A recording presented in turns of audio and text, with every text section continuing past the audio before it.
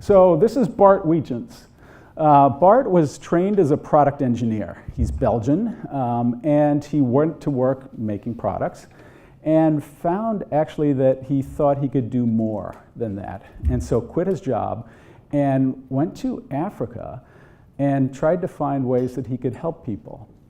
What he found in Africa was a really severe problem, especially in former war zones, of landmines, that there was lots of unexploded landmines and other buried explosives in former war zones that made major parts of countries uninhabitable. And kids or adults would walk in by accident and lose legs or lose lives. And he thought, that is a problem that maybe I can solve. Now, he'd always been a fan of animals. He grew up around animals his whole life. And so what he did is he realized that you could train rats, in particular the giant African pouched rat, about a foot long. You could train rats to sniff out explosives, that their sense of smell is almost as acute as dogs, and they have the additional advantage of not being as heavy as dogs, that because they weigh less than 2 kilograms, once they find, which that rat just did there, once they find a landmine, they don't set it off, right? A big advantage versus dogs. And so he trained rats to sniff out landmines. Oh my God, so that's a genuinely disruptive idea. He takes that and then, of course, creates a whole training program for the rats, a training program for the rat handlers, and then takes it from Tanzania, where he started, to other countries around Africa and then countries in Asia, and has cleared out hundreds of millions of square meters of land, made it safe for habitation, and found tens of thousands of explosives and destroyed them. But that's not why I'm telling you the story of Bart, because where Bart went next, I think, is what's really interesting, is that he figured out that there was another problem that was much bigger than the landmine problem, and that was tuberculosis. And he said the insight was that in his native language, he's Belgian and speaks Dutch, in his native language, tuberculosis is tedding, which means literally tar smell. That's kind of etymologically where it comes from. And he thought, tar smell, that means the people with tuberculosis actually smell different. It's a disease of the throat and the lungs, and so it's something you can smell. And he thought, well, I have a very good solution for smelling things. And in Africa, the test for tuberculosis, the affordable test, was kind of a 50-50 proposition. So it's killing millions of people, whereas landmines were more in the hundreds. Killing millions of people, and he thinks, can I train rats to sniff out tuberculosis?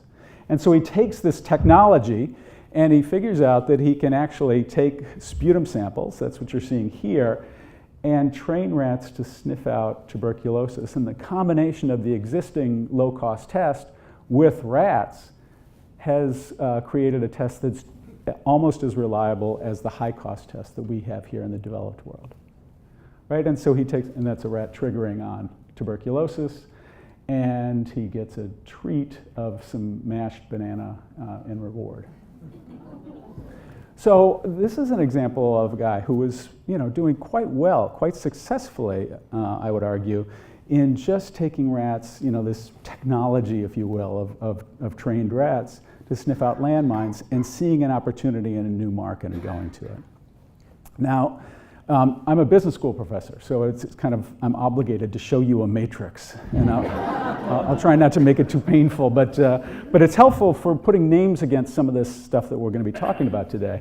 And so this is called the Ansoff matrix. It actually is about 50 years old. It talks about how incremental or radical some innovation is. That an innovation can be relatively incremental. It could use technologies and methods and processes that we understand very well. Or it could use some new-to-the-world technology that nobody has ever seen before. And similarly, it could serve a set of needs that is currently being served by your company right now, or maybe a set of needs that somebody else is serving. There's a market there, but you're not serving it. Or some latent need, some need that nobody is serving. And if you could find a way to identify it and satisfy it, you'd have the market to yourself.